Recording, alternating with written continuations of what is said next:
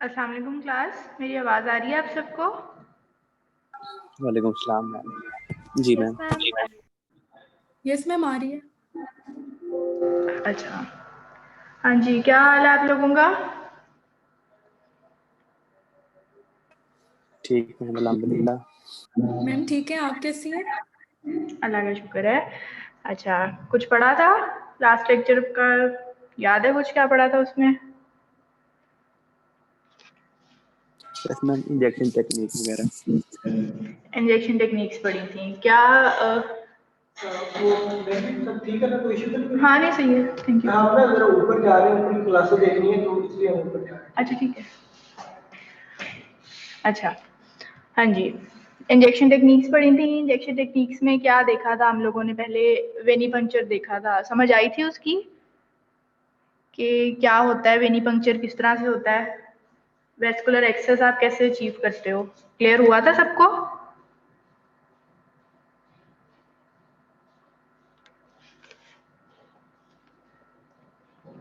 आवाम जवाब दे दें मुझे।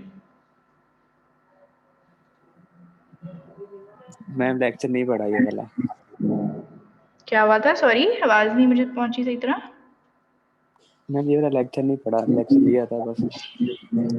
अच्छा, लेक्चर पढ़ लिया करो, फिर सारा कुछ इकट्ठा कर रहे हो तुम लोग, और फिर जब कोई टेस्ट या कोई क्विज होगा या फिर वाइवा होगा, फिर तुम सबको मुसीबत पड़ जानी है कि अब हमसे पढ़ा नहीं जा रहा, बहुत सारा इकट्ठा हो गया। ठीक है, तो लेक्चर साथ साथ पढ़ लिया करो, जैसे जैसे भी है, कोई क्वेश्चन हो तो पूछ लिया करो, ईमेल कर लिया करो, पर्सनली पूछ लिया करो, जिस तरह भी इजी है। ठीक है, अगला लेक्चर स्टार्ट कर दूं या पिछले लेक्चर में से कोई क्वेश्चन करना है किसी बच्चे ने? थोड़ा सा मुश्किल था मुझे पता है, ठीक है, इसलिए मैं पूछ रही हूँ।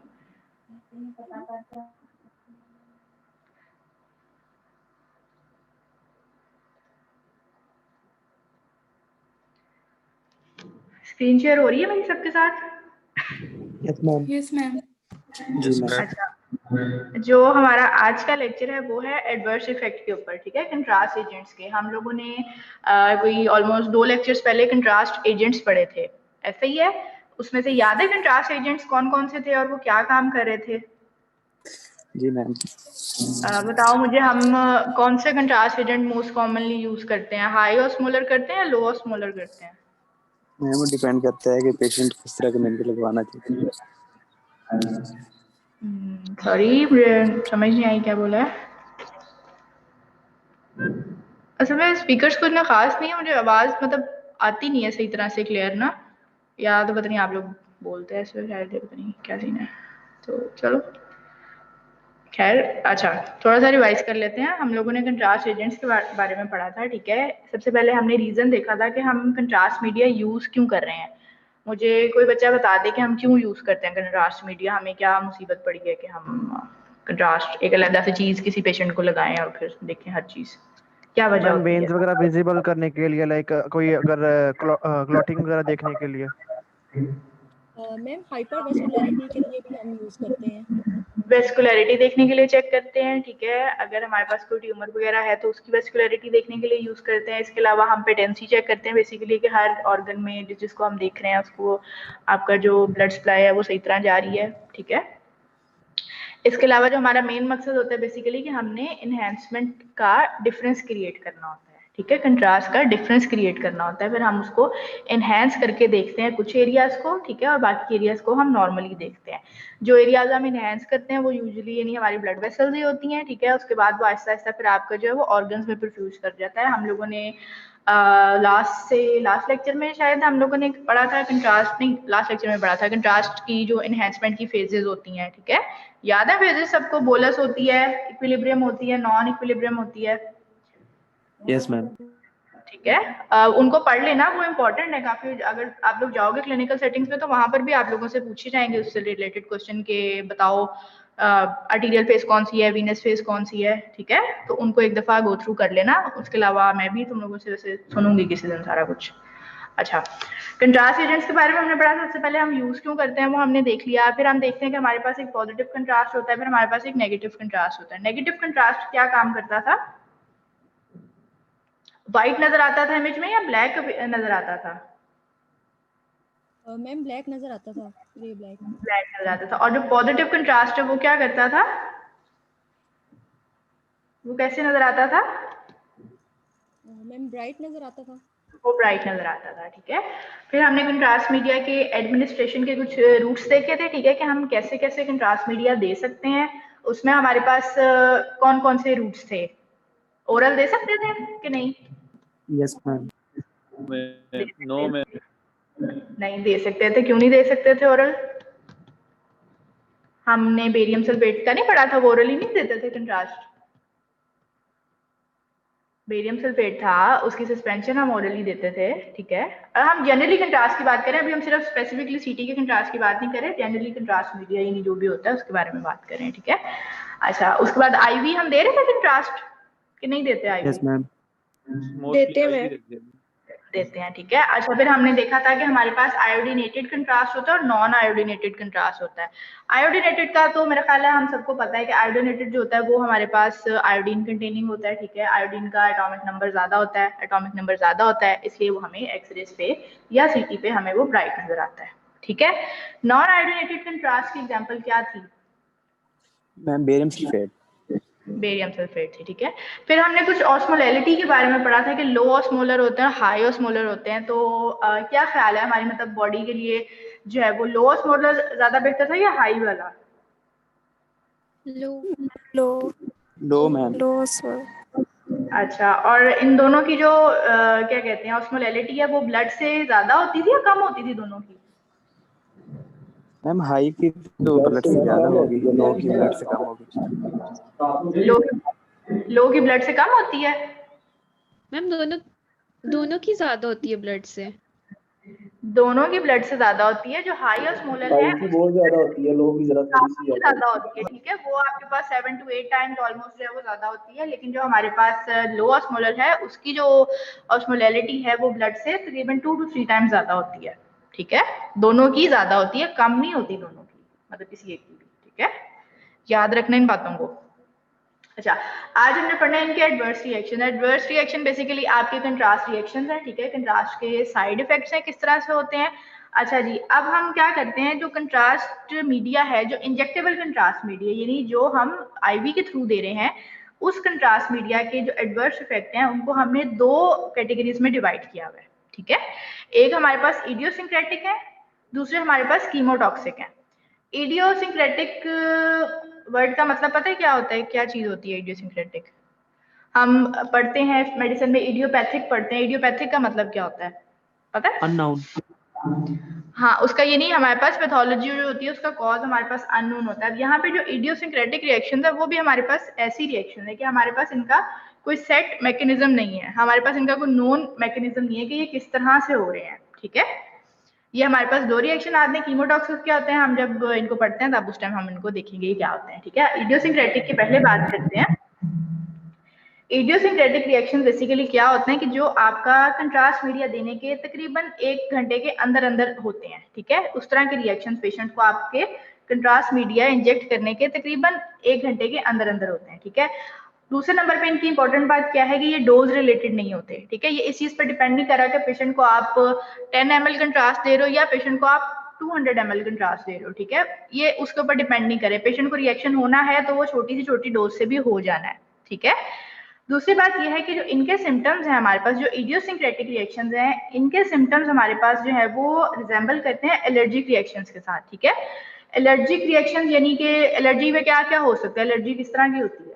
एलर्जी के नॉर्मल से अपेयरेंस क्या होती है कि किसी बंदे को किसी चीज से एलर्जी हो तो आप लोगों के ख्याल में क्या क्या उसमें होता है? मैम रेडनेस होती है, इचिंग होती है। इचिंग होती है, रेडनेस होती है, एसोफेजियल स्ट्रक्चर होता है। सॉरी वॉमिटिंग हो जाती एसोफेगस जो स्ट्रक्चर हो जाता है उसमें नैरो हो जाता है एलर्जिक रिएक्शन में। लेरेंजियल एडिमा वगैरह भी हो सकता है, इस तरह की चीजें भी हो सकती हैं। ठीक है, और क्या हो सकता है, रैशेज हो सकते हैं, है ना। तो जो हमारे पास इडियोसिंक्रेटिक रिएक्शंस है इनकी जो अपीयरेंस है वो देखने में हमें एलर्जिक रिएक्शंस लगते हैं, ठीक है। तो इनको बेसिकली कहते हैं एलर्जिक लाइक है या एनाफिलैक्टॉइड रिएक्शंस कहते हैं, ठीक है। मैकेनिज्म इनका अननोन है, ठीक है। ये 4-5 इनकी बातें हैं। इन्हीं 4-5 बातों को जब आपने कंबाइन कर दिया तो आपके पास इडियोसिंक्रेटिक रिएक्शंस की एक डेफिनेशन बन गई है, ठीक है। डेफिनेशन में आपके पास क्या है कि अनप्रेडिक्टेबल रिएक्शंस है which occur within 1 hour of contrast medium administration, ठीक है, and which are unrelated to the dose, यानी डोज के साथ वो रिलेटेड नहीं है, of contrast medium above a certain level, सही है। यानी वो डोज डिपेंडेंट नहीं है आपके पास। ये आपके पास इडियोसिंक्रेटिक रिएक्शंस की थोड़ी सी कहानी है, ठीक है। और इनकी आपकी जो है वो डेफिनेशन आ गई है आपके पास। समझ आई इस चीज की कि ये क्या होते हैं? Yes ma'am. Yes ma'am. जो इडियोसिंक्रेटिक रिएक्शंस हैं इनको हम 3 तरीके से कैटेगराइज करते हैं, ठीक है। ये हमारे पास माइल्ड हो सकते हैं, मॉडरेट हो सकते हैं और सिवियर हो सकते हैं, ठीक है। अब अगर हम माइल्ड रिएक्शन की बात करें, माइल्ड है हमें नाम से पता चल रहा है, माइल्ड किस तरह के हो सकते हैं, मॉडरेट यानी थोड़े नॉर्मल लेवल के होते हैं, और सिवियर यानी सिवियर रिएक्शन है, ठीक है। माइल्ड में हमारे पास क्या होगा कि एक तो ये हमारे पास शॉर्ट ड्यूरेशन के होते हैं, ठीक है। दूसरी बात ये है कि सेल्फ लिमिटिंग होते हैं, कुछ अरसे बाद जो है यानी 20 से 30 मिनट बाद, एक थोड़े से टाइम के बाद जो है वो खुद ही सबसाइड होना शुरू कर देते हैं, ठीक है। यानी इनके लिए यूजुअली मेडिकेशन की जरूरत नहीं पड़ती, ठीक है। शॉर्ट ड्यूरेशन के होते हैं, 20 से 30 मिनट का के लिए आप पेशेंट को मॉनिटर करते हो और फिर आप देखते हो उसके वो जो भी सारे उसके रिएक्शंस हो रहे हैं वो खुद ब खुद ठीक हो जाते हैं। उसमें हमारे पास जो माइल्ड रिएक्शन के सिम्टम्स है वो हमारे पास कफ है, ठीक है, इचिंग हो सकती है, रैशेस हो सकते हैं, हाइव जिनको कहते हैं, पेलर हो सकता है। पेलर क्या होता है? पेलर क्या चीज होती है? पेल हो जाता है, हो जाता है, पेल क्या हो टाइप, जाता है? फेस का कलर पेल हो जाता है। पेल हो जाता है, ठीक है। पेलर बेसिकली पेल होने को कहते हैं, ठीक है। आपका पेशेंट जो है उसका जो कलर है, स्किन कलर है वो पेल हो सकता है, ठीक है। नेजल स्टफीनेस हो सकती है। उसके बाद आपकी जो पेशेंट की आईज या फेस है वहां पे स्वेलिंग भी हो सकती है थोड़ी थोड़ी, ठीक है। और इसके अलावा फेशियल रैश भी हो सकते हैं। ये कुछ माइल्ड से सिम्टम्स हैं जो आपके पास माइल्ड इडियोसिंक्रेटिक रिएक्शंस के हैं, ठीक है। ये उनकी थोड़ी सी एग्जांपल्स हैं। इनको आप ट्रीट कैसे करते हो? मैनेजमेंट इनकी क्या है कि ये आप 20 से 30 मिनट के लिए पेशेंट को सिर्फ मॉनिटर करते हो, ठीक है। उसके बाद अब हमारे पास आते हैं मॉडरेट टाइप के। मॉडरेट टाइप के रिएक्शन हमारे पास क्या होते हैं कि ये हमारे पास एक तो लाइफ थ्रेटनिंग नहीं होते, ठीक है, ये लेकिन लाइफ थ्रेटनिंग हो सकते हैं थोड़ा सा। अगर ये मॉडरेट से यानी सिवियर में कन्वर्ट होने में इनको कोई ज्यादा टाइम नहीं लगता, ठीक है, इसलिए इनको मॉनिटर करना बहुत जरूरी है, ठीक है। इसके अलावा इनकी जो कुछ एग्जांपल्स है उसमें आपके पास एक तो रेस्पिरेटरी डिफिकल्टी आती है, उसमें आपके पास ब्रोंकोस्पैज्म हो गया है, डिस्निया हो गया है। डिस्निया क्या होता है? Shortness of breath. हाँ, डिफिकल्टी इन ब्रीदिंग होती है आपके पास, ठीक है। डिस्निया, शॉर्टनेस ऑफ ब्रेथ या डिफिकल्टी इन ब्रीदिंग, वीजिंग हो सकती है और लेरिंजियल एडिमा हो सकता है, ठीक है। लेरिंजियल एडिमा क्या होता है, पढ़ा है कभी इसके बारे में?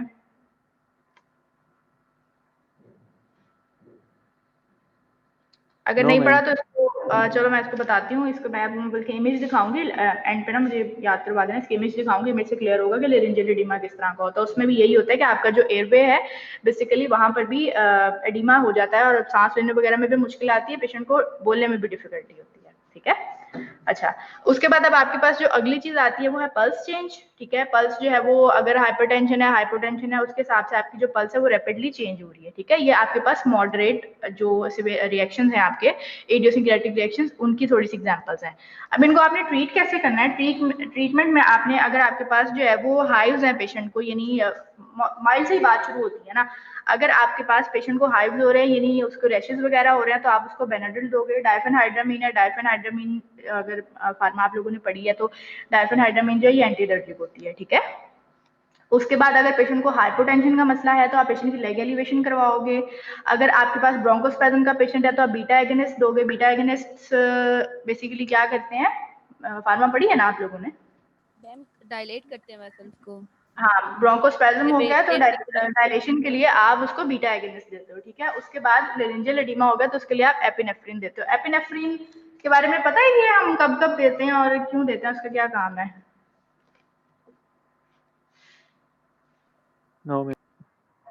एपिनेफ्रिन ना बेसिकली आपकी इमरजेंसी मेडिकेशन है, ठीक है। एड्रेनालिन होती है ये एपिनेफ्रिन, ठीक है। और ये आपके हर क्लिनिकल सेटिंग में लाजमी पड़ी होती है। और ये जैसे ही पेशेंट को लगता है कि कंट्रास्ट रिएक्शन होने वाला है उस टाइम सबसे पहले, मतलब हमारे यहाँ पे यूजुअली ये करते हैं कि हम सबसे पहले जो है पेशेंट को ये इंजेक्ट कर देते हैं, ठीक है। उसको फटाफट इसका इंजेक्शन लगवा देते हैं एपिनेफ्रिन का। ये आपकी इमरजेंसी मेडिकेशन है, इस चीज को याद रखिए, ठीक है।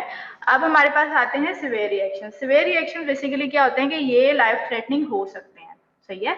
सिवियर रिएक्शन में आपके पास क्या आएगा कि जो ये बेसिकली आप देख लो कि एक तरतीब में चल रहे हैं, माइल्ड है, माइल्ड से फिर वो थोड़े थोड़े मॉडरेट हो सकते हैं, मॉडरेट से फिर अब वो आपके पास सिवियर हो सकते हैं। सिवियर में आपके पास क्या होगा कि रेस्पिरेटरी डिस्ट्रेस हो जाएगा, ठीक है, अनरिस्पॉन्सिवनेस हो जाएगा, पेशेंट हो सकता है आपको रिस्पॉन्ड ना करे, कन्वर्जन हो सकती हैं, आपके पास एरिथमिया आ सकते हैं, ठीक है, और आपके पास कार्डियक अरेस्ट हो सकता है, ठीक है। ये आपके पास सिवियर रिएक्शन में ये चीजें आती हैं। इसके अलावा ये कि सिवियर रिएक्शन जो है ये यूजुअली इनकी जितनी भी आपके पास आती हैं एग्जांपल्स आती हैं, जितनी भी इनके अपीयरेंस या प्रेजेंटेशन आती है, वो छोटी से छोटी चीज से लेकर बड़ी से बड़ी चीज तक जा सकती है, ठीक है। यानी एंग्जाइटी से लेकर आपके पास डिफ्यूज एरिथमा तक आपके पास, और वहां से फिर कार्डियक अरेस्ट तक आपके पास बात जा सकती है, ठीक है। तो इन चीजों का ख्याल रखना है कि सिवियर रिएक्शंस की अपीयरेंस कैसी है, माइल्ड की कैसी है और मॉडरेट की कैसी है, ठीक है। अब जो माइल्ड का ट्रीटमेंट तो हमने, मॉडरेट का ट्रीटमेंट तो हमने देख लिया था कि हम उसमें अगर पेशेंट को हाई हैं तो हम डायफेनाइड्रामिन दे रहे हैं, बीटा एगोनिस्ट दे रहे हैं, लेग एलिवेशन करवा रहे हैं और एपिनेफ्रिन दे रहे हैं, ठीक है। अब अगर हमारे पास सिवियर टाइप के रिएक्शन आ जाते हैं तो उसमें बेसिकली आप क्या करते हो कि अगर आप लोगों ने इमरजेंसी केयर के बारे में पढ़ा है तो आपको ABCDE का पता होगा। ABCDE का पता है क्या चीज होती है क्रिटिकल केयर में या इमरजेंसी केयर में?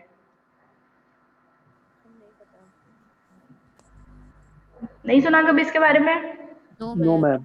No ma'am. चलो इसके ऊपर फिर हम कभी इंशाल्लाह अगर हमारे पास टाइम हुआ तो फिर हम कोई अलग से लेक्चर करेंगे जो सिर्फ इमरजेंसी केयर के ऊपर होगा। बड़ा इंटरेस्टिंग सा टॉपिक होता है।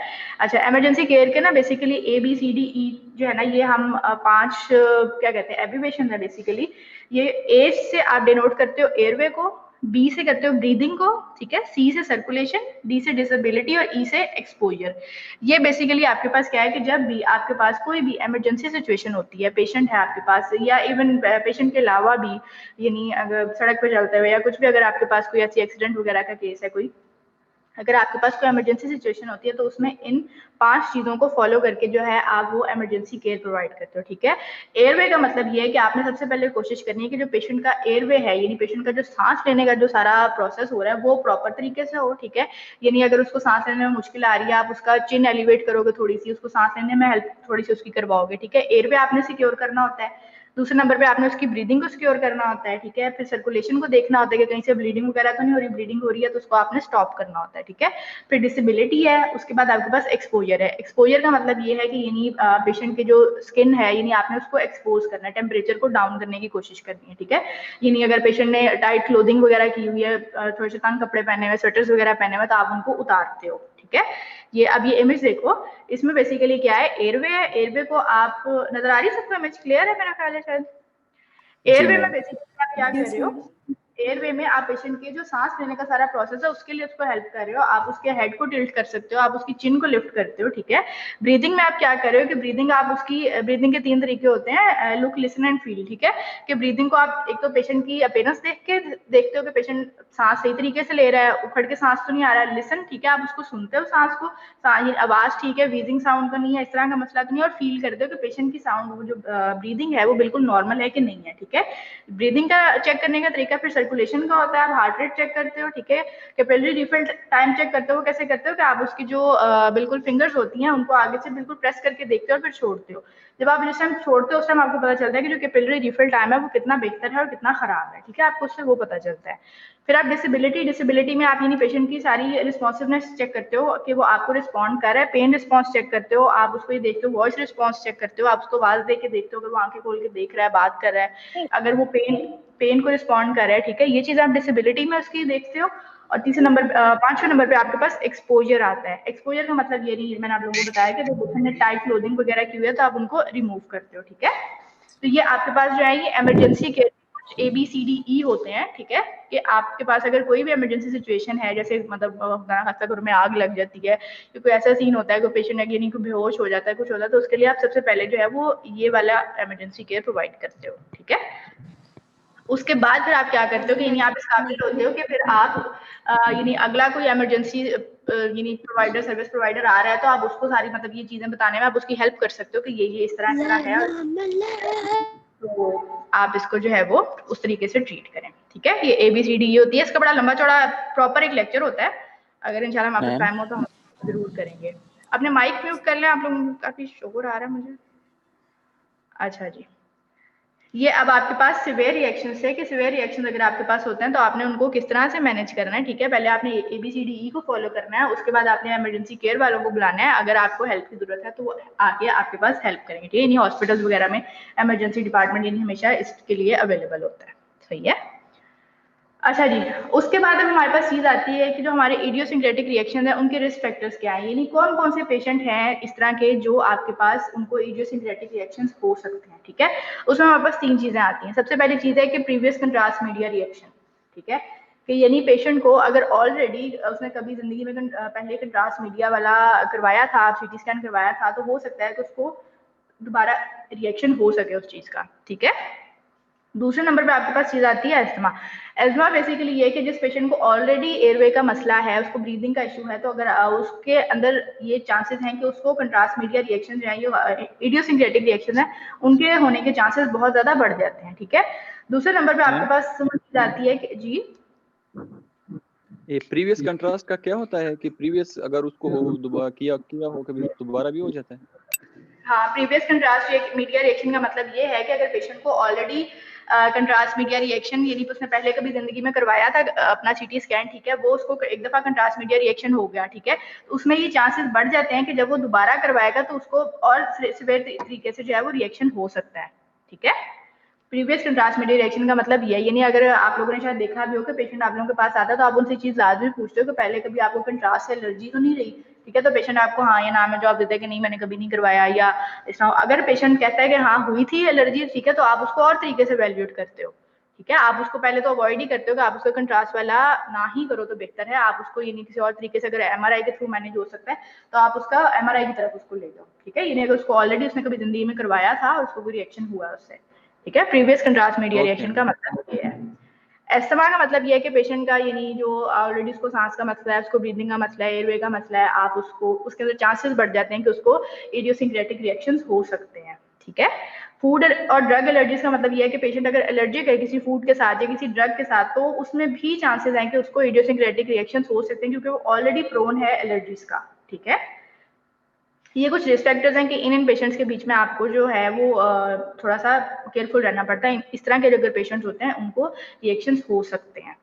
प्रिवेंशन अब इनकी क्या है, जो आपके इडियोसिंक्रेटिक रिएक्शंस हैं उनकी प्रिवेंशन आपके पास क्या है कि सबसे पहले आप देखो कि आपका जो CT स्कैन का जो CT आप एग्जाम कर रहे हो, ठीक है, जो कंट्रास्ट के साथ कर रहे हो, कि इसकी पॉसिबिलिटी है कि आप विदाउट कंट्रास्ट कर दो। अगर आप कोई ऐसी चीज इवैल्यूएट कर रहे हो जो विदाउट कंट्रास्ट भी देखी जा सकती है तो आप कोशिश ये करते हो कि आप उसको विदाउट कंट्रास्ट कर दो, ठीक है। दूसरे नंबर पे फिर आपके पास चीज आती है कि आप कोई ऑल्टरनेटिव डायग्नोस्टिक मेथड देखते हो, कि आप कोशिश करते हो कि या तो आप पेशेंट का अल्ट्रासाउंड करवा लो, ठीक है, या आप उसको MRI करवा लो, क्योंकि MRI का कंट्रास्ट जो है वो थोड़ा सा लेस सिवियर होता है और उसके जो साइड इफेक्ट्स हैं वो भी काफी कम होते हैं, ठीक है, बल्कि ना होने के बराबर ही है, ठीक है। तो आप उसको MRI की तरफ ले जाते हो, आप वो चीजें भी कंसिडर करते हो। प्रिवेंशन आपने ऐसे करनी है। फिर तीसरे नंबर पे आप क्या करते हो, एक तो इस चीज का हमें पता है कि जो इडियोसिंक्रेटिक रिएक्शन है वो हमारे पास डोज डिपेंडेंट नहीं है, ठीक है, तो छोटी सी डोज के साथ भी आपके पास रिएक्शन आ सकता है, ठीक है, इस चीज का हम लोगों को पता है। तो हमने क्या करना है कि हम एक तो ये कोशिश करेंगे कि हम लो ऑस्मोलर कंट्रास्ट मीडिया जो है वो यूज करेंगे, क्योंकि जितनी भी रिसर्चेज आई हैं और जितने भी सारे अभी तक पेपर्स वगैरह पब्लिश हुए हैं तो उनमें यही बात सामने आई है कि जो हाई ऑस्मोलर कंट्रास्ट मीडिया है उनके रिएक्शन ज्यादा हैं as compare to low osmolar contrast media, ठीक है। अच्छा जी, एक्सक्यूज मी मैम। जी जी मैम, मेरा इंटरनेट का इशू है, बार बार मेरा इंटरनेट डिस्कनेक्ट हो रहा है, काइंडली मेरी अटेंडेंस पे मार्क कर दीजिए। क्या नाम है जी आपका? मैम मेरा नाम मोहम्मद यासीन है। मैम एक्चुअली यहाँ पे बारिश हो रही है तो बार बार इंटरनेट डिस्कनेक्ट हो रहा है। झूठ बोल रहा है। ठीक है जी, तो सही है, हो सकते हैं मसले। अभी ऑनलाइन सिस्टम ऐसा है कि जिसमें आप किसी को क्या मैं कहूँ, कुछ कह नहीं सकते। अच्छा जी, ठीक है, एक तो आप लो ऑस्मोलर कंट्रास्ट मीडिया यूज कर सकते हो, ठीक है। अच्छा, अब अगर किसी पेशेंट आपके पास आया था जिसने previously high osmolar contrast media लगवाया था और उसको उससे रिएक्शन हुआ था, तो फिर आप ये भी कोशिश कर सकते हो कि आप उसको जो है वो लो ऑस्मोलर कंट्रास्ट मीडिया दे दो, ठीक है, क्योंकि लो ऑस्मोलर कंट्रास्ट मीडिया जो है उसके रिएक्शन रिलेटिवली हाई ऑस्मोलर से कम है, ठीक है। अगर आपका जो है वो प्रोसीजर बहुत ज्यादा इंपॉर्टेंट है या पेशेंट की जिंदगी और मौत का मसला है कि आपने लाजमी वो करना है, ठीक है, तो आप फिर ये भी एक तरीका है कि आप उससे भी वैल्यूएट कर सकते हो, ठीक है। प्री ट्रीटमेंट कर सकते हो। प्री ट्रीटमेंट का मतलब ये है कि आप पेशेंट को पहले ही ट्रीटमेंट से यानी पहले ही उसको कंट्रास्ट मीडिया देने से पहले आप उसको ऐसी ड्रग्स दे देते हो, ठीक है, ताकि वो उसको रिएक्शन ना हो, रिएक्शन होने के चांसेस जो है वो उसके रुक जाएं, ठीक है। अच्छा जी, अब आपके पास जो है प्री मेडिकेशन के बीच में आपके पास कॉर्टिकोस्टेरॉइड्स आते हैं और एंटीहिस्टामिन्स आते हैं। ये सारी एंटी एलर्जिक ड्रग्स है, ठीक है। कॉर्टिकोस्टेरॉइड है, ठीक है। इनका क्या काम है कि ये भी आपके पास जो है वो एलर्जिक रिएक्शंस वगैरह को जो उस तरह के सिम्टम्स आते हैं उनको कम करते हैं।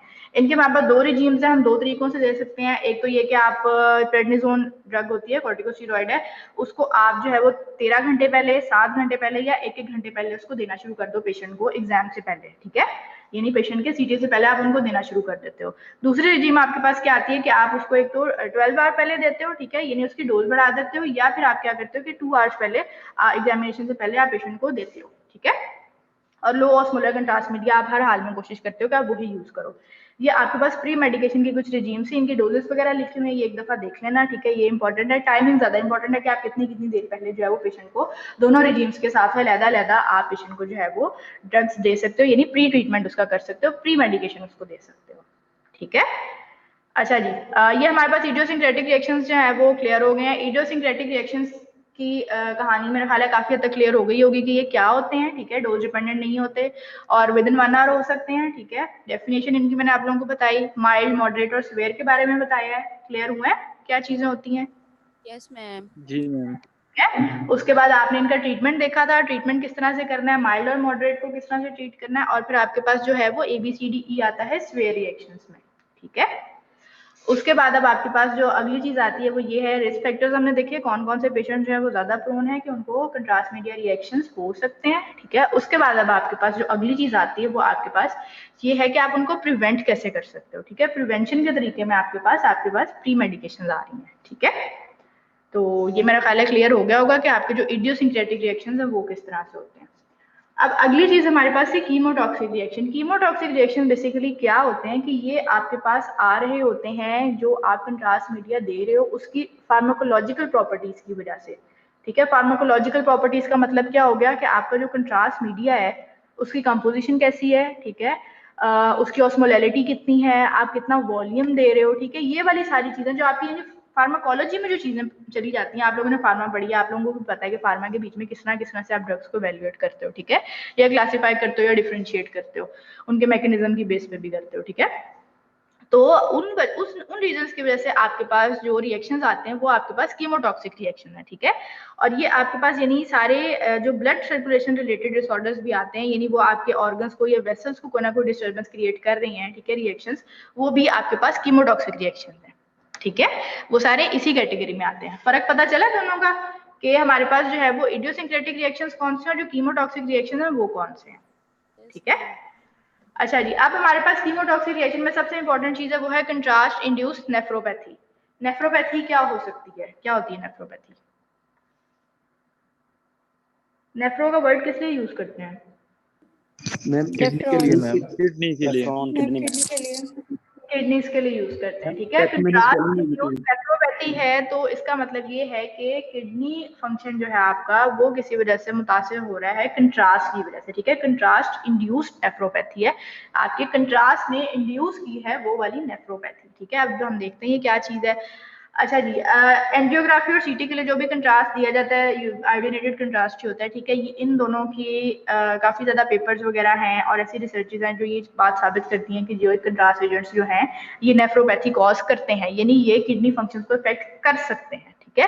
कंट्रास्ट मीडिया इंड्यूस्ड नेफ्रोपैथी यानी जो CIN होता है वो आपके पास एक्यूट रीनल फेलियर का जो है वो 3rd लीडिंग कॉज है, ठीक है। इस बात को याद रखना कि यानी हॉस्पिटलाइज पेशेंट जो हैं उनके अंदर अगर एक्यूट रीनल फेलियर है तो वो CIN की वजह से हो रहा है और वो CIN जो है वो 3rd लीडिंग कॉज है एक्यूट रीनल फेलियर होने का, ठीक है।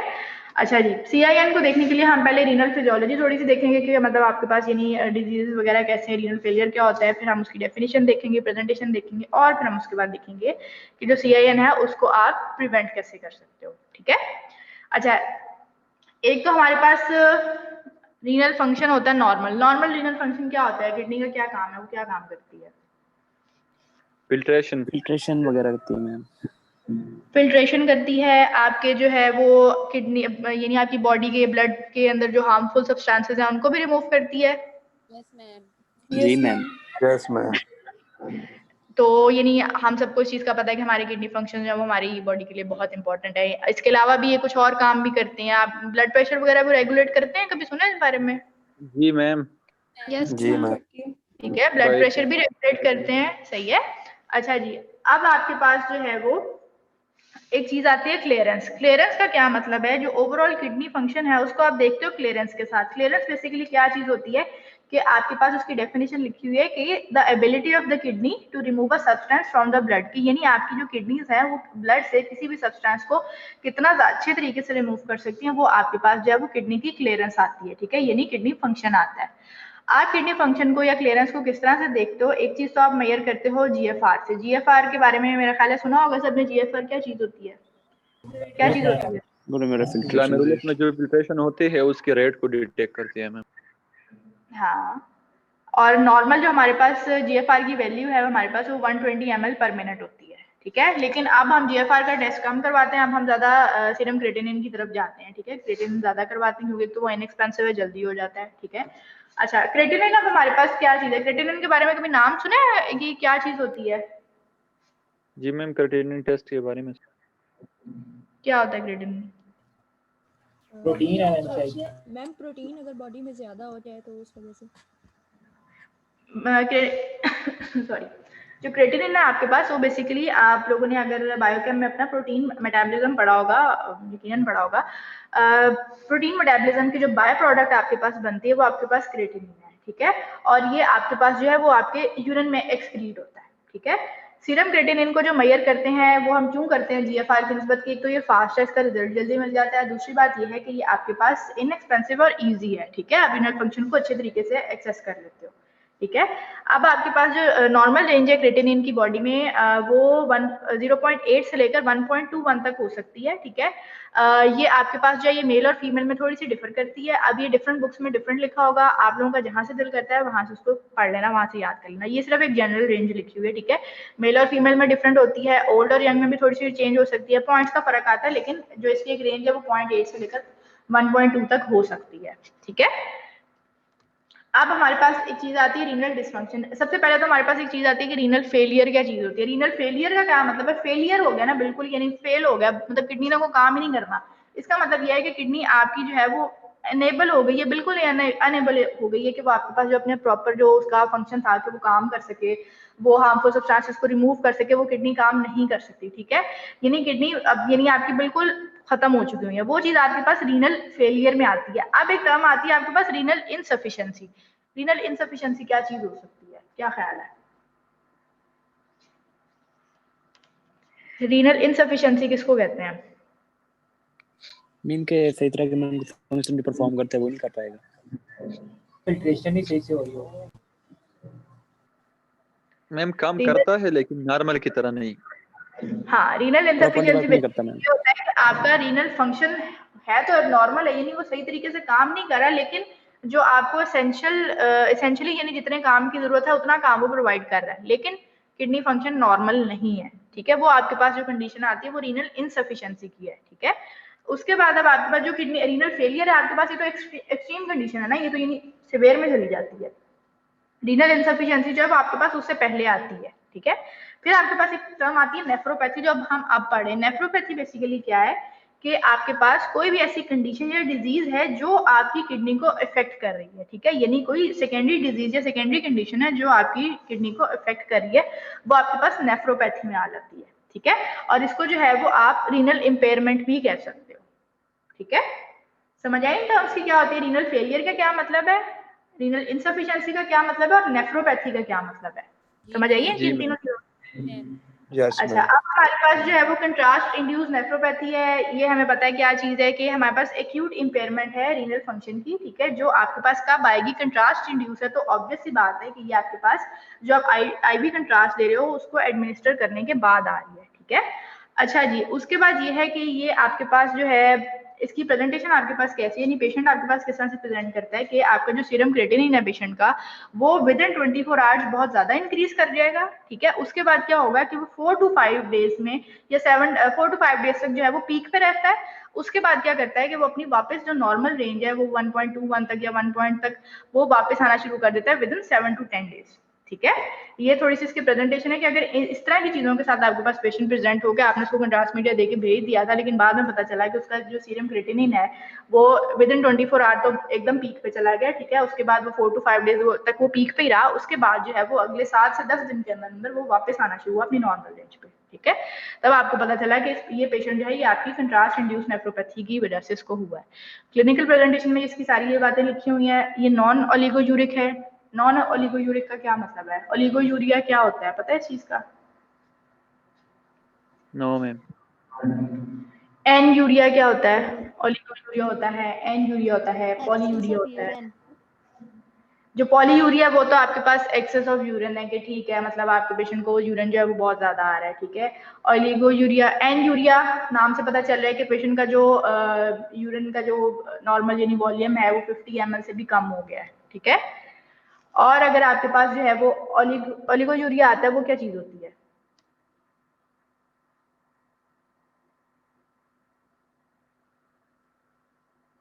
कोई आइडिया नहीं किसी को क्या होता है ओलिगोयूरिया? मैम ओलिगो कम होगा और एन यूरिया तो बिल्कुल नहीं होना होता है ना। सॉरी क्या कह रहे हो, मुझे समझ नहीं आई बिल्कुल। मैम एन यूरिया तो वो होता है ना कि कोई बिल्कुल ही ना हो, ना आ रहा। हाँ, मैम यूरिन की आउटपुट कम और हो। ओलिगो भी कम होते हो। ये चीजें बेसिकली जो है ना, ये सारी आपकी जो रीनल आउटपुट है इसको शो करती हैं कि यानी पेशेंट को यूरिन किस तरह से आ रहा है। एन यूरिया का मतलब है कि पेशेंट का जो यूरिन का आउटपुट है वो 50 ml से भी कम रह गया। ठीक है, यानी पेशेंट को यूरिन बहुत ही कम आ रहा है विद इन 24 आवर। ठीक है, ओलिगोयूरिया का मतलब होता है कि जो यूरिन की जो रेंज है वो नॉर्मल से कम हो गई है, यानी अब वो 50 से 200 या 300 के दरमियान में पेशेंट को आ रहा है, लेकिन अभी भी कम है। ठीक है, यूरिन आउटपुट। नॉन ओलिगोयूरिक का मतलब ये है कि अब ये यानी एक नॉर्मल रेंज में चल रहा है, यानी ये 500 ml से लेकर ऑलमोस्ट मेरे ख्याल है 1000 ml तक जो है वो यूरिन आ सकता है। ठीक है, अब इसमें क्या कहते हैं, इसकी जो एग्जैक्ट वैल्यू है वो मुझे सही तरह से याद नहीं है, जो हायर वैल्यू है वो वाली 6000 थी या 1000 थी। ठीक है, इसको एक दफा चेक कर लेना, ये मैं खुद भी बता दूंगी। नॉन ओलिगोयूरिक का मतलब होता है कि पेशेंट का जो यूरिन आउटपुट है वो नॉर्मल है। ठीक है, आपके पास जो कंट्रास्ट इंड्यूस नेफ्रोपैथी है उसमें पेशेंट का जो यूरिन आउटपुट है वो थोड़ा सा नॉर्मल ही होता है, वो बिल्कुल एन यूरिया या ओलिगोयूरिया की तरफ नहीं जाता। ठीक है, एक चीज होती है पॉलीयूरिया। पॉलीयूरिया में ये होता है कि आपके पास जो पेशेंट का जो यूरिन आउटपुट है वो 5000 से बढ़ जाता है। ठीक है, यानी 5000 ml से बढ़ जाता है, यानी पेशेंट को बहुत ज्यादा एक्सेसिव यूरिन पास करता है। ठीक है, ये अगर आप लोगों ने मेडिसिन सर्जरी पढ़ी है तो उसमें मेरा तो ख्याल है कि लाजमी पढ़े होंगे, मैंने तो इसलिए पूछा था। चलो खैर, अच्छा जी, उसके बाद जब आप पेशेंट का यूरिन एनालिसिस करवाते हो यानी लैब टेस्ट करवाते हो पेशेंट के यूरिन का, तो उसके बीच में आपको कुछ एबनॉर्मल चीजें मिलती हैं। उसमें आपको ग्रेनुलर कास्ट मिलते हैं, क्रिस्टल्स मिलते हैं। ठीक है, और उसके अलावा आपको क्या मिलता है, इसमें प्रोटीन यूरिया भी हो सकता है। ठीक है, ये चीजें आप लोगों को ऑब्वियसली उतनी खास नहीं पता होंगी, ये जरा लैब वालों का काम है। ठीक है, लेकिन यूरिन एनालिसिस भी जो है वो एबनॉर्मल आता है। ठीक है, तो ये सारी चीजें आपके पास आपकी जो कंट्रास्ट इंड्यूस नेफ्रोपैथी है उसकी क्लिनिकल प्रेजेंटेशन में आती हैं 4-5 बातें। ठीक है, सबसे पहले तो आपने ये याद रखना है कि जो सीरम क्रिएटिनिन है उसका राइज किस तरह होता है, उसकी पीक कब आती है और कितनी देर बाद वो वापस आता है अपनी जगह पे। ठीक है, यानी अपनी बेसलाइन पे कब आता है। सही है, तो ये क्लिनिकल प्रेजेंटेशन है। प्रिवेंशन आप कैसे कर सकते हो, आप लो ऑस्मोलर कंट्रास्ट मीडिया यूज कर सकते हो। ठीक है, हाइड्रेशन सबसे इंपॉर्टेंट है। आप जब भी पेशेंट को नॉर्मल कंडीशन में भी आप जब भी पेशेंट को कंट्रास्ट मीडिया देते हो आप उसको ये लाजमी गाइड करते हो कि सर आपने जो है वो अब पानी बहुत ज्यादा पीना है अगले 24 घंटे तक। ठीक है, आप पेशेंट को बार बार कंट्रास्ट देने के बाद अगर पेशेंट वहीं पर आपके पास बैठा हुआ तो आपको तब भी उसको आप बार बार पानी पीने का कहते हो। ठीक है, और उसको यही गाइड करते हो कि आपने 24 आवर्स तक जो है वो फुली हाइड्रेट रहना है। ठीक है, अच्छा जी, जो आपके पास कंट्रास्ट इंड्यूस नेफ्रोपैथी का पेशेंट है, जो आपको पता है कि वो हाई रिस्क पेशेंट है, उसको ऑलरेडी कोई ना कोई डिजीज या अंडरलाइन कंडीशन है किडनीज की। ठीक है, आप उसको आईवी फ्लूइड्स भी दे सकते हो। ठीक है, पहले भी दे सकते हो और बाद में भी दे सकते हो, जिसके ऊपर आपको थोड़ा सा हो कि इसको कंट्रास्ट इंड्यूस नेफ्रोपैथी हो सकती है, यानी वो हाई रिस्क पे हो। ठीक है, आईवी फ्लूइड्स भी उसको दे सकते हो। तीसरे नंबर पे आप कैसे प्रिवेंट कर सकते हो कि जो आपका वॉल्यूम है कंट्रास्ट मटेरियल का उसको आप थोड़ा कम कर देते हो। ठीक है, हमें इस चीज का पता चल गया कि जो हमारे कीमोटॉक्सिक रिएक्शंस है ये हमारे पास डोज डिपेंडेंट होते हैं, पता चला ना इस चीज का। ठीक है, तो जो डोज डिपेंडेंट होंगे तो उनको आप प्रिवेंट किस तरह से कर सकते हो कि जो आप कंट्रास्ट मीडिया दे रहे हो उसकी डोज आप थोड़ी सी कम कर दोगे। ठीक है, आप ये कोशिश करोगे कि स्मॉलेस्ट से स्मॉलेस्ट अमाउंट में अगर आपके पास प्रोसीजर हो रहा है तो आप उसको होने दो। ठीक है, अच्छा जी, उसके बाद अब आपके पास क्या है, अगर आप लोगों को याद हो तो हमने लास्ट लेक्चर में एक चीज़ पढ़ी थी कि हम जी बोलस देते हैं, उसके बाद फिर हमसे लाइन फ्लैश करते हैं और कुछ देर तक और जी वो हमारे पास बड़ी पीक आती है, एनहेंसमेंट आती है। याद है वो बातें, क्या होता है उसमें, अगर याद हो तो किसी को? क्या हमने पढ़ा था कि जी हम देने के बाद कंट्रास्ट बोलस के फॉर्म में देने के बाद भी आर्टीरियल फेज में हम दोबारा एक दफ़ा जो है वो सेलाइन दे देते हैं। सेलाइन देने से हमारे पास एक पीक बनती थी, जो पीक जो है वो थोड़ी सी इन्हेंस हो जाती थी, उसका टाइम इन्हेंस हो जाता था, इन्हेंसमेंट हमारे पास ज़्यादा देर के लिए रहती थी। याद है कुछ पढ़ा था इस तरह का हमने? खुदा का वास्ते कह दो याद है प्लीज़ कह दो। ठीक है, उसमें अब आपके पास इसको याद कर भी लेना, अगर जिसको नहीं याद है उसको एक दफा पढ़ लेना। ठीक है, तो आप जो है वो अपना प्रिवेंट कैसे कर सकते हो कंट्रास्ट इंड्यूस नेफ्रोपैथी को, कि आप उसी चीज को फॉलो करके, कि हमें पता था कि कंट्रास्ट देने के बाद अगर आप पेशेंट को आईवी सलाइन देते हो तो हमारे पास इन्हेंसमेंट पीक जो है वो काफी देर तक रहती है। ठीक है, तो आप पेशेंट को बाद में भी सलाइन दे सकते हो। ठीक है, उसके बाद आप क्या करोगे, अगर पेशेंट को back to back contrast media देना पड़ रहा है तो आप यानी उसके स्कैन आपको थोड़ा बार बार करने पड़ रहे हैं, तो आप इस तरह से कर सकते हो कि आप बीच में 48 आवर्स का गैप देते हो। ठीक है, यानी एकदम, यानी आज सुबह आपने कंट्रास्ट मीडिया दिया तो आप शाम को दोबारा से उसका सीटी स्कैन नहीं कर सकते। ठीक है, इस चीज को आपने अवॉइड करना है। दूसरे नंबर पे आपके पास आते हैं सॉरी, कि मेटफॉर्मिन जो है वो आपने तकरीबन 2 दिन पहले जो है वो छोड़ देनी है और 2 दिन बाद ही पेशेंट ने वो दोबारा से स्टार्ट करनी है। ठीक है, मेटफॉर्मिन क्या होती है, क्या कौन सी होती है दवाई होती है, कभी सुना है इसके बारे में? ग्लूकोफेज कभी सुना घर में कोई लेता हो बड़ा गुलाब? मैम डायबिटीज में लेते हैं। डायबिटीज के लिए होती है। डायबिटीज में होती है, ग्लूकोफेज होती है। ठीक है, नॉर्मल एरिया हमारे पास ट्रेड नेम है इसका, वो ग्लूकोफेज है।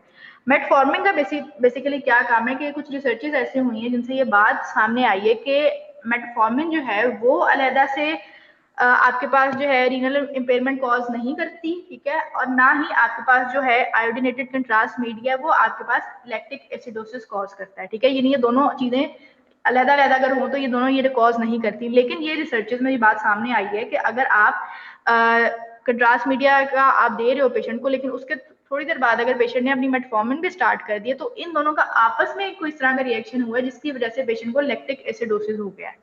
ठीक है, तो यानी ये चीज इसलिए फिर ये कहा गया कि आप लोगों ने जो है पेशेंट को इस चीज की एडवाइस करनी है कि मेटफॉर्मिन जो है यानी ग्लूकोफेज जो है आपने अपने स्कैन से 2 दिन पहले भी नहीं लेनी और स्कैन के 2 दिन बाद भी नहीं लेनी। ठीक है, 2 दिन बाद तो लाजमी डिसकंटिन्यू कराते हो कि आपने 2 दिन बाद भी नहीं लेनी, उसके बाद आप ले सकते हैं। ठीक है, लैक्टिक एसिडोसिस क्या होता है? बायोकेम में मेरा तो ख्याल है पढ़ा होगा, मेटाबॉलिक एसिडोसिस होता है, उसकी टाइप होती है, पढ़ा है कुछ याद है?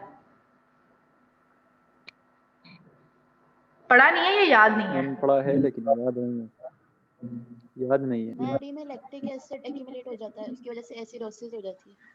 लैक्टिक एसिड एक्यूमुलेट हो जाता है, उसकी वजह से एसिडोसिस हो जाता है। एसिडोसिस के जो सिम्टम्स होते हैं उसमें यही होता है पेशेंट को कि यानी वो हेडेक्स वगैरह है, पेन है, स्वेलिंग वगैरह हो रही है। एसिडोसिस के जो भी आपके पास मेटाबॉलिक एसिडोसिस के जो भी आपके पास आते हैं सिम्टम्स वो लैक्टिक एसिडोसिस के भी होते हैं। ठीक है, ये इसको अगर नहीं किसी को पता तो एक दफा इसको पढ़ लेना, लैक्टिक एसिडोसिस क्या होती है इसको गूगल कर लेना। ठीक है, कंडीशन होती है, बहुत लीथल नहीं होती। ठीक है, ट्रीट हो जाती है, लेकिन ये इस तरह से इसका कहानी है कि अलग-अलग अगर ये दोनों चीजें देखी नहीं है तो ना कंट्रास्ट मीडिया आपके पास एसिडोसिस करता है, ना आपके पास जो मेटफॉर्मिन है वो रीनल इम्पेयरमेंट करती है। लेकिन जब इन दोनों को बैक टू बैक देखा गया, ये दोनों को इकट्ठा जब दिया गया, उस टाइम ये चीज सामने आई कि ये दोनों सूटेबल नहीं है इकट्ठे देने के लिए, तो इसलिए आप पेशेंट को मना करते हो कि आपने मेटफॉर्मिन जो है वो नहीं लेनी। समझ आई इस चीज की?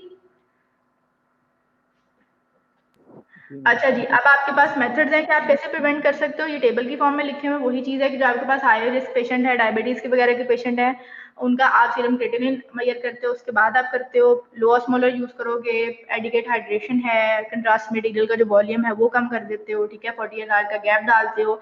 अगर आपके पास ये जो कोई भी नेफ्रोटॉक्सिक मेडिकेशन आई है जैसे मेटफॉर्मिन है, आप उसको डिसकंटिन्यू करवा देते हो। ठीक है, ये आपके पास कुछ प्रिवेंशन के मेथड्स हैं। कुछ हमारे पास एक दो चीजें और हैं कि हमारे पास जो पेशेंट है, अगर आपके पास हाइपरथायरॉयडिज्म का पेशेंट है तो उसको भी आप कंट्रास्ट मीडिया देने से अवॉइड करते हो। ठीक है, क्यों करते हो कि ये आपके पास जो थायरोटॉक्सिकोसिस है, ठीक है, यानी थायराइड की जो टॉक्सिसिटी है, थायरोटॉक्सिकोसिस है, उसको वो इनहेंस कर सकता है। ठीक है, और एक कंडीशन आती है मेडिसिन में, आप लोगों ने पढ़ा होगा थायराइड स्टॉर्म की, इसमें ये आपके पास ये होता है कि जो हाइपरथायरॉयडिज्म है वो बड़े अपने पीक पे चला जाता है, बड़ी सीवियर फॉर्म में चला जाता है। ठीक है, तो ये बड़ी लाइफ थ्रेटनिंग सी कंडीशन होती है। तो अगर आपके पास हाइपरथायरॉयडिज्म का पेशेंट है, हाइपो का नहीं, ठीक है, हाइपरथायरॉयडिज्म की अगर बात हो रही है जहाँ पे, वहां पे आप अवॉइड करते हो contrast media, iodinated contrast media, ठीक है। या आप क्यों करते हो, क्योंकि जो कंट्रास्ट मीडिया है इसके बीच में स्मॉल अमाउंट में जो आयोडीन है वो यानी आयोडाइड की फॉर्म में फ्री होता है, ठीक है।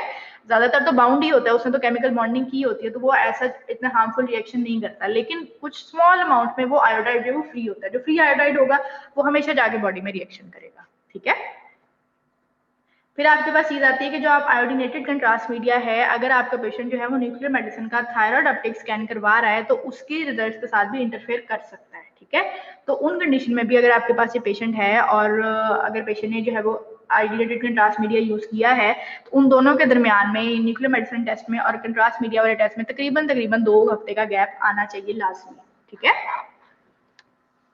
अच्छा जी, फिर आपके पास कोई डिलेड रिएक्शन आते हैं। डिलेड रिएक्शन बेसिकली क्या है कि आपके पास 1 घंटे या 1 हफ्ते बाद भी आ सकते हैं। ये इसमें यूजुअली जो है आपके पास हमेशा स्किन रिएक्शन ही हमारे पास रिपोर्ट हुए हैं, ठीक है।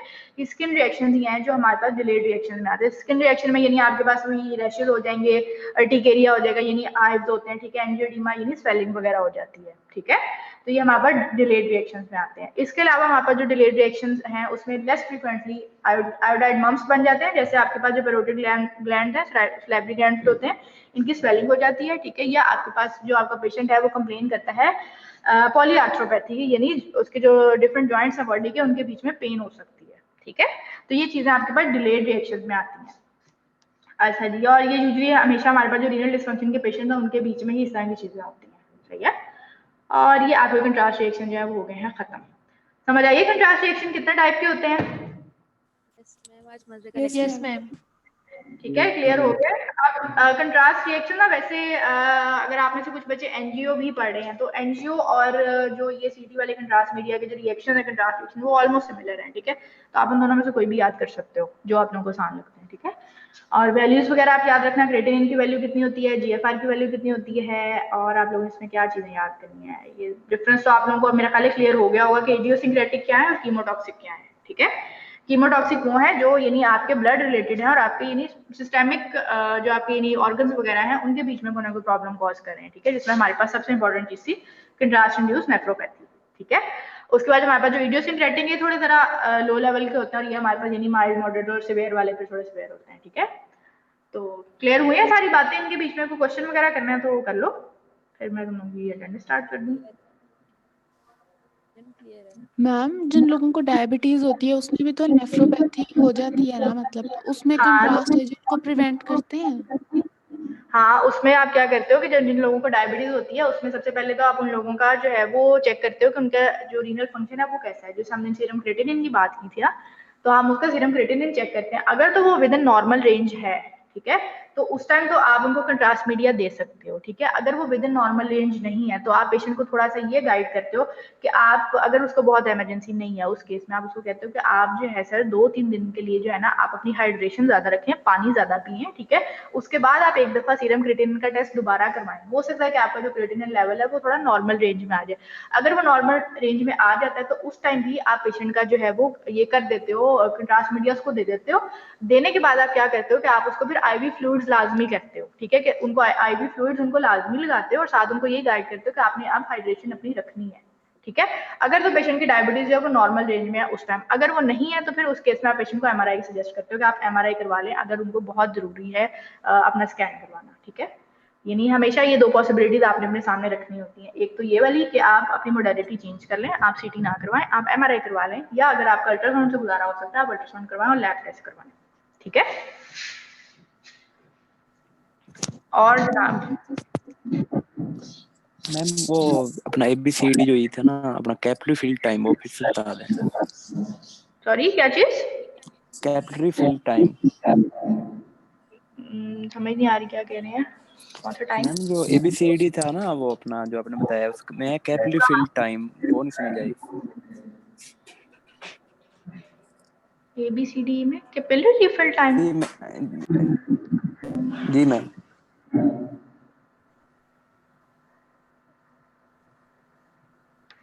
अच्छा, एबीसीडी में हम देखते हैं अब ये तो हम लोगों ने देख लिया था कि एयरवे, ब्रीदिंग और सर्कुलेशन देखते हैं, ठीक है। उसके बाद हमारे पास एक चीज आती है, सर्कुलेशन को हम किस तरह से देख रहे हैं।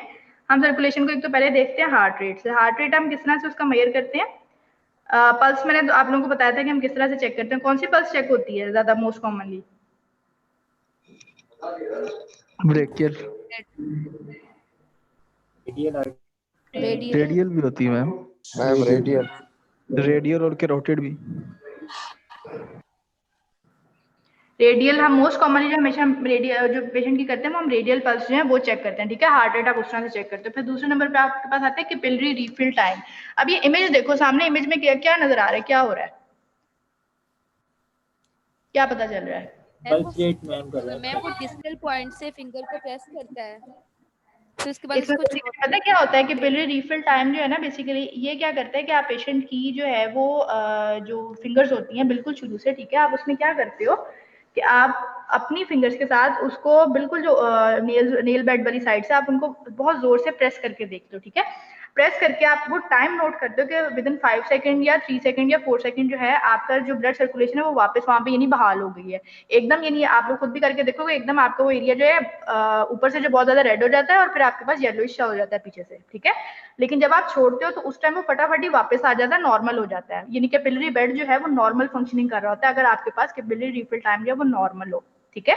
ऐसा ही होता है, करके देख लो बेशक, ठीक है। अगर किसी पेशेंट में ये चीज नहीं हो रही है, ठीक है, वो बेसिकली आपके पास क्या ये डिनोट करता है कि कैपिलरी रीफिल टाइम, वो बेसिकली आपके पास ये शो करता है कि हो सकता है कि पेशेंट जो है वो सर्कुलेटरी शॉक में चला गया हो, ठीक है। अगर पेशेंट जो है वो सर्कुलेटरी शॉक में चला गया तो उस टाइम आपके पास जो है ये कैपिलरी रीफिल टाइम इस तरह से नहीं होता, यानी पेशेंट की जो वापस रेडनेस को रीगेन होने में टाइम लग जाता है, ठीक है। यानी वो सेकंड्स जो 3 से 5 सेकंड है वो बढ़ जाता है टाइम, ठीक है। कैपिलरी रीफिल टाइम आप इस तरह से चेक करते हो और उसमें बेसिकली आपने शॉक को आइडेंटिफाई करना होता है कि पेशेंट सर्कुलेटरी शॉक में है कि नहीं है, सही है। तो बस ये बेसिकली इमरजेंसी उसकी यानी क्या कहते हैं मेजर करने के तरीके हैं कि आप इमरजेंसी सिचुएशन में किस किस तरीके से पेशेंट को उसकी हालत को मेजर कर सकते हो, वो किस काबिल है, ठीक है। उसकी रिस्पॉन्सिवनेस वगैरह भी चेक करते हो, सर्कुलेशन, ब्रीदिंग, हर चीज़ चेक करते हो, फिर आप इवेल्यूएट करते हो कि आप पेशेंट के साथ क्या करना चाहिए, ठीक है। तो अगर सर्कुलेटरी शॉक में चला गया तो शॉक को ट्रीट, ये मैं वही बताया था कि अच्छा खासा लंबा लेक्चर हो जाता है कि फिर शॉक भी कई तरह के होते हैं। अगर सर्कुलेटरी शॉक है तो उसको ट्रीट करने के तरीके अलग होते हैं, उसमें पेशेंट को ब्लड वगैरह भी लगा सकते हो, जो भी यानी आपके पास चीजें अवेलेबल है वो आप कर सकते हो, ठीक है। तो ये चीजें थी बस, इसके अलावा कोई क्वेश्चन? No ma'am. अच्छा जनाब, अब हम अटेंडेंस लगा लें। मैम मुझे आपकी मेल्स नहीं मिलती। कौन हो जी आप? मैं अनीजा आसिम। मैम मुझे भी नहीं मिलती। एक मिनट रुको यार तुम लोग। मैम मुझे भी नहीं मिलती, मैंने आपको। एक मिनट रुको। अनीजा आसिम, आपका रोल नंबर जो है वो 217244036 है? Yes ma'am. ठीक है जनाब। मैम मुझे भी ईमेल नहीं मिलती, मेरा नाम महा। Thank you ma'am. एक मिनट, अनीजा आसिम तो होगी मेरे पास ऐड। आप मुझे बताओ एक एक करके और किसको नहीं मिल रही? माहीन आसिफ मलिक मैम। एक minute, Maheen Asif Malik. Asif Malik 217244053। Yes ma'am यही है। ये लो जनाब, आपको भी मैंने कर लिया है ऐड। मैम आयशा नासिर। एक मिनट, माहीन हो गई है। आप मुझे बताओ आयशा। आयशा नासिर। नासिर, आयशा नासिर तो यहाँ पे 2-3 है। आयशा नासिर F19 2019 119102 17 44017 जी। ठीक है जनाब, ये भी आप हो गए हो ऐड। मैम मुझे भी नहीं होती। हाँ जी, आप बताओ एक एक करके। मुजाहिद। एक मिनट यार, एक एक करके बोलना। हसनैन मैम, हसनैन आसिफ। हसनैन आसिफ जी मैम। 244012। Yes ma'am. यहाँ पे 2 है, सुन लो हसनैन आसिफ। एक तो है 201076 244012। ठीक है जी। मैम मुजाहिद। मैम दैनब सजाद की भी लगा दे, मेरा नेट बार-बार डिस्कनेक्ट हो रहा है। अटेंडेंस नहीं अभी मैं लगा रही, मैं अभी वो बच्चे ऐड करी थी अपने पास। किसी और को ईमेल नहीं मिल रही तो मुझे बता दो ताकि मैं यहीं पर ऐड कर ईमेल मिल रही तैमूर मुजाहिद। अदील है, मुझे भी नहीं मिल रही है ईमेल। क्या नाम है आपका? महा अदील। मेरी महा अदील अदील जी। एक मिनट। महा अदील 244092 जी जी। ये लो जनाब आप। Excuse me ma'am. एक मैम मिनट। मैं क्यों नहीं? जी जनाब, हाँ जी। तैमूर मुजाहिद मैम। तैमूर मुजाहिद, आपसे पहले एक बोल रही थी बच्ची मैम उम्मे इमन। ठीक है। तैमूर मुजाहिद आपका जो है वो क्या है, roll number 244059? Yes ma'am. Ma'am मुझे स्टार्टिंग के लेक्चर्स के लिंक मिलते रहे हैं, लेकिन ये लास्ट 2 लेक्चर्स के मुझे लिंक नहीं मिले, तो आप एक दफ़ा चेक कर लेंगी? लिंक नहीं मिले, ये कैसे हो सकता है? मतलब लिंक मिल गए और वो चल नहीं रहे या लिंक मिले ही नहीं है? मैम शुरू के लेक्चर्स के मिला करते थे, लेकिन सिर्फ ये लास्ट 2 लेक्चर्स के मुझे नहीं मिले। क्या नाम है आपका? रूहीना, RUHINA। रूहीना मुजफ्फर। यस 244059 या 050? नहीं मैम, मेरे पास दो 44049। 44049 ओके। मैम फाफरा जफर। एक मिनट। रूहीना मुजफ्फर जो है बेटा आप मेरे पास इसमें ऐड नहीं हो रहे हो। आपका रोल नंबर सही है? चलो देखते हैं। अच्छा दूसरे नंबर पर कौन बच्ची बोल रही थी? Fakhra Zafar ma'am. Fatima? Fakhra ma'am. Fakhra? Yes ma'am. Fakhra आगे? फाखरा जफर। जफर 244075? Yes ma'am. ठीक है जनाब। अच्छा अब मेरी एक बात आप लोग सुन लो, जो आप लोगों को भी शायद इसका आइडिया होगा क्योंकि काफ़ी बच्चों ने भी मुझे बाद में ईमेल्स की थी। जो जूम के लेक्चर्स है ना वो ऑलमोस्ट 1 वीक बाद या शायद 2 वीक्स बाद, मुझे नहीं पता एग्जैक्ट इनका टाइम, उस टाइम के बाद जो ना जूम के लेक्चर जो है वो डिलीट हो जाते हैं। ठीक है, तो कुछ बच्चों ने तकरीबन कोई 1-1 डेढ़ महीने बाद पहले लेक्चर की खोलने की कोशिश की थी और वो नहीं खुलेगी। ठीक है, तो इस चीज़ में थोड़ा सा खुद भी ख्याल रखो, या तो लेक्चर टाइम पे सुन लिया करो। ठीक है, एक तो पहली बात ये कि लेक्चर ले लिया करो, ले लोगे तो दोबारा सुनने की जरूरत नहीं पड़ेगी। ठीक है, और अगर नहीं ले सकते तो फिर जो है वो विद इन 1 वीक सुन लिया करो उसको। ठीक है, बाद में वो डिलीट हो जाती है, मैं कहाँ सेव करके रखूँ। ठीक है, मैम एक YouTube चैनल बना लेना, वहाँ पे सेव ही रहेंगे। YouTube वाला चैनल तो ठीक है, लेकिन मतलब आप लोग लेक्चर सुनते क्यों नहीं हो, मुझे तो ये चीज समझ नहीं आती। मैम सुन लेते हैं, लेकिन अब एग्जाम के बाद रिवीजन करने की जरूरत पड़ जाती है।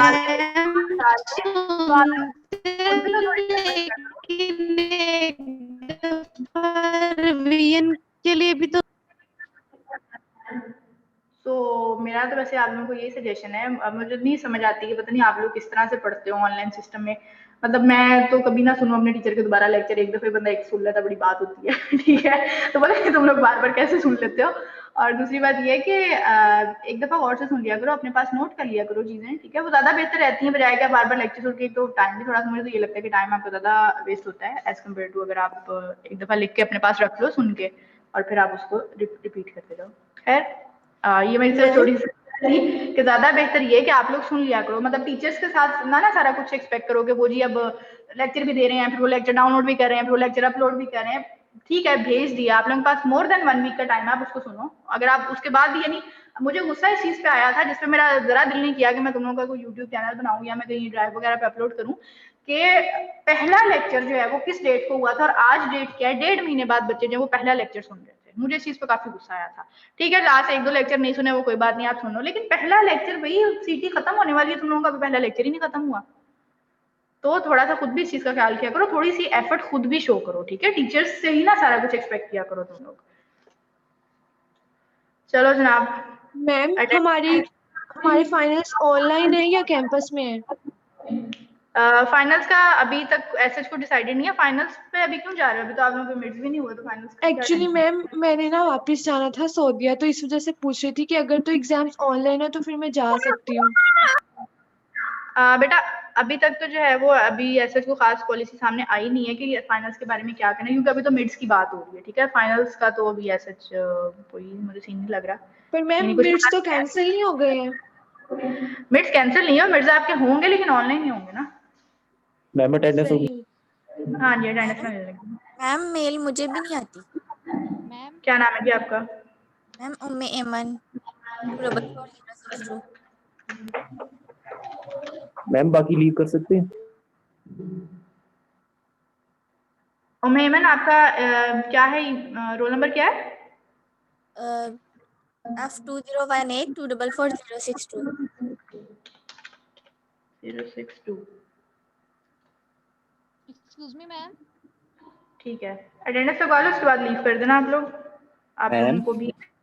जी जी मैम नेट का बहुत इशू आ रहा है, काइंडली मेरे अटेंडेंस लगा देना नादिर हुसैन।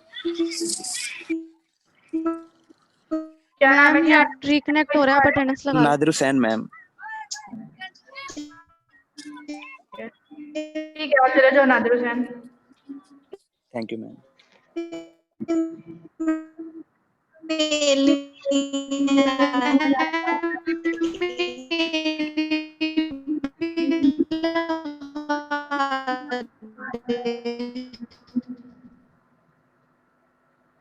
अच्छा जी, अटेंडेंस लगवा लो। आमिर शौकत। मैम आपकी आवाज मुझे भी मेल नहीं आती। मैम आवाज नहीं आ रही ठीक। मैं तो भी बोली नहीं हूँ। आपकी आवाज बहुत आमिर शौकत। आवाज कट रही है बहुत ज्यादा, हल्की हल्की आवाज आ रही है। अच्छा। अबीहा जैनब। प्रेजेंट। ठीक है, अफजाल एहसन। Present ma'am. एमन हबीब।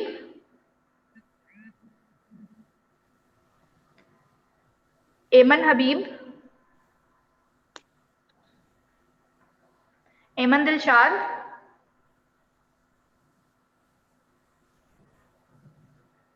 एमन दिलशाद। अली हैदर। मैम उसकी तबीयत ठीक नहीं है, उसको बुखार और फ्लू है, इसलिए वो क्लासेस नहीं ले रहा आज। उसका मैसेज आया था। Present ma'am.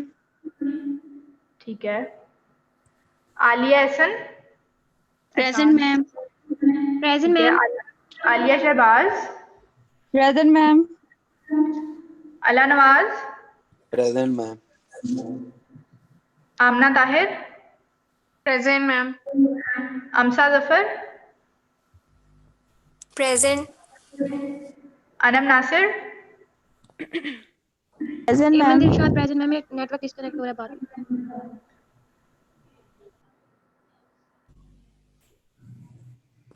Ma'am Anam Nasir present. ठीक है, Anam Tariq. Present ma'am. Aneeza Asim. Present. Aqsa Azhar. Present ma'am. Areeba Nasir. Present ma'am.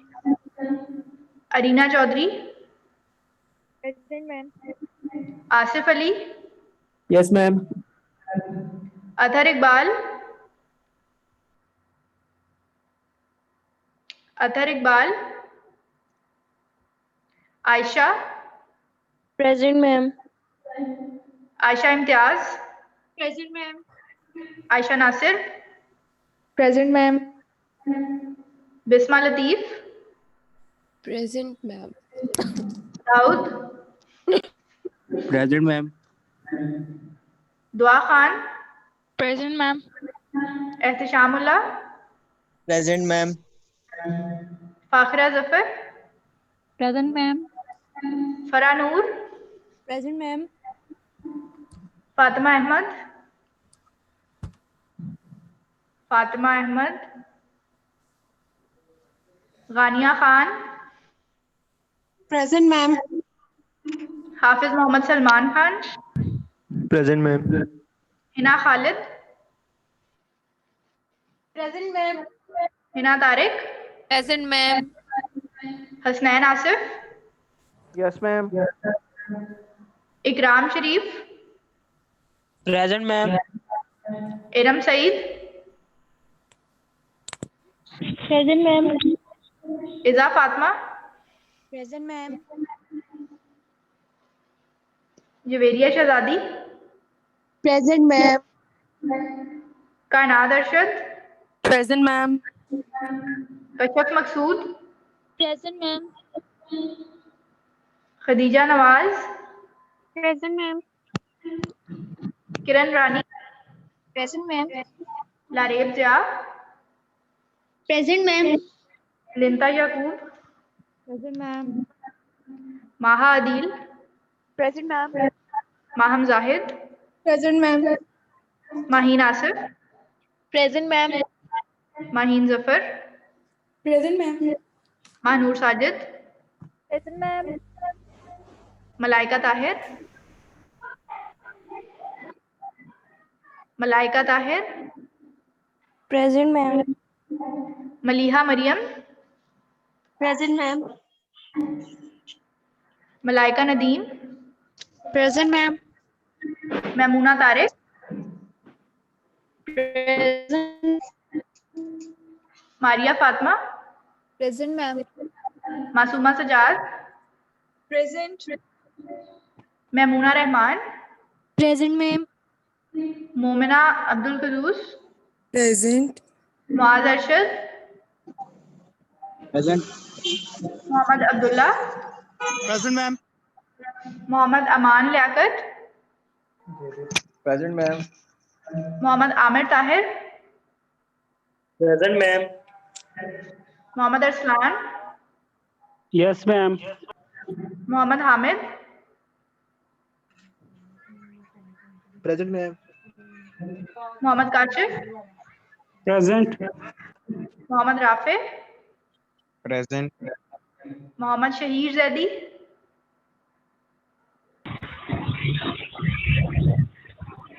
Mohammad Shaheer Zaidi,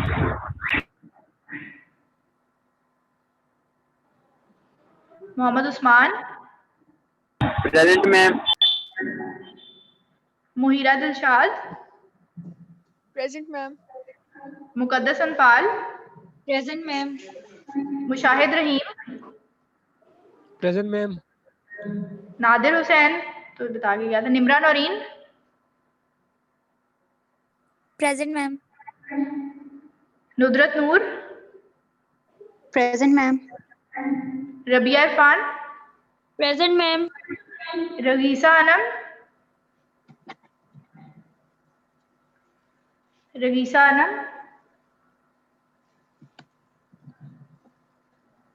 present ma'am. ठीक है, Rahma Suhail, present ma'am. Rizwan Ali, Rizwan Ali, present ma'am. ठीक है, Roohina Muzaffar, present ma'am. Yes ma'am. Ma'am Rizwan Ali present. ठीक है, लगा दिए मैंने। सादिका शहजादी, मैम सादिका प्रेजेंट है लेकिन वहाँ पे ना नेट इशू की वजह से उसकी आवाज नहीं आ रही। अच्छा, Safa Noor, present ma'am. Samia Shahid, present ma'am. Sana Habib, present ma'am. Sana Khalid, Sana Khalid, Sara Anwar, present ma'am. Seemab Fayyaz, present. Sahar Nadeem, present ma'am. Shanazar Mumtaz, present ma'am. Shawal Naeem, Shehar Bano, present ma'am. Sidra Sarfaraz, present ma'am. Seemab Butt, present ma'am. Sumbal Mushtaq, yes ma'am. Sumaiya Sadia, present ma'am. Tehseen Fatima,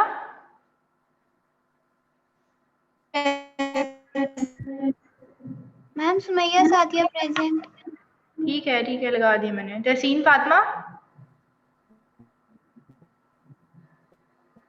तहसीन Fatima Riaz, Taimoor Mujahid, present ma'am. Talha Ali,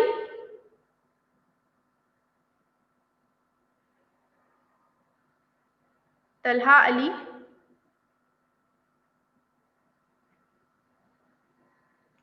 तरकिश,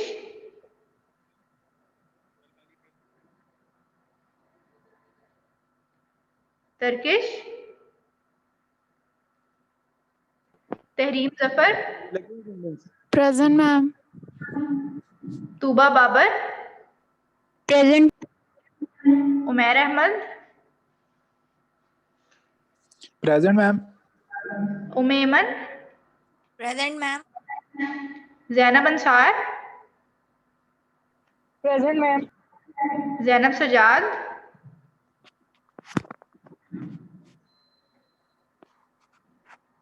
Zainab Sajjad, ma'am Zainab Sajjad अभी आपको बता के गई थी पहले, नेटवर्क इशू था उसका। अच्छा शायद। जैनिश फातिमा, जैनिश, जमीर Ahmad, Zameer Ahmed, Zoha, present ma'am. Jonash, present ma'am. ठीक है जनाब। मैम अब तहसीन कह रही है कि उसने प्रेजेंट बोला है लेकिन उसका डिस्कनेक्ट हो रहा था, तो कह रही है कि आपने उसकी लगा दी है। हाँ तहसीन की मैंने लगा दी है, वो प्रेजेंट थी। तहसीन फातिमा रियाज की मैम। ठीक है ठीक है। Okay ma'am ma'am. इमन दिलशाद भी पूछ रही थी, उनका भी नेट मसला कर रहा था, तो कह रही थी मैंने बोला था प्रेजेंट लेकिन शायद आपको आवाज नहीं आई, तो आप कंफर्म कर दें काइंडली। आ गई थी अमन दिलशाद की आवाज आ गई थी, मैंने लगा दी attendance. Okay ma'am, thank you. Ma'am Talha Ali, sorry Talha Ali की अटेंडेंस लग गई मैम। तलहा अली की, हाँ जी। मैम नुदरत नूर, मेरा नेट का इशू था तो देख लें आप। क्या नाम है आपका? नुदरत नूर। नुदरत नूर, हाँ आपकी लग गई थी अटेंडेंस। ठीक है। मैम तहरीम जफर की लग गई है? तहरीम जफर की आपने बोली नहीं थी? बोली थी मैम, वो साथ कोई और भी बोल रहा था तो मुझे लगा आपको शायद नहीं पता चला। आ गई थी आवाज में, लगा दी थी। Okay ma'am. क्योंकि आप लोगों के बाजू का जब माइक भी ऑन होता है ना, तो उस टाइम भी आप लोगों का नाम स्क्रीन पे पेयर हो जाता है, तो मैं लगा देती हूँ, मुझे पता चल जाता है कि है कि नहीं। तो बस अब मैं अटेंडेंस सेव करने लगी हूँ। ठीक है।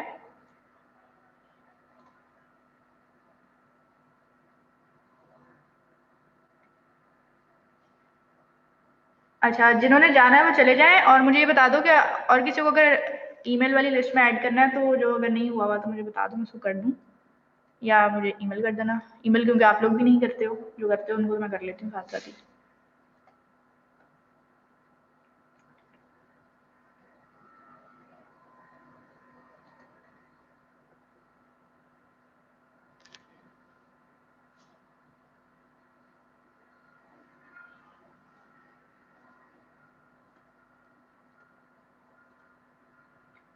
ठीक है, ईमेल का किसी को इशू तो नहीं है? सारे ऐड हो लिस्ट में जो बच्चे अब हैं यहाँ पर? यस मैम, ऐड है। चलो सही है। ओके, अल्लाह हाफिज़। पढ़ के आना नेक्स्ट लेक्चर में। अल्लाह हाफिज़ मैम। यस मैम, इंशाल्लाह।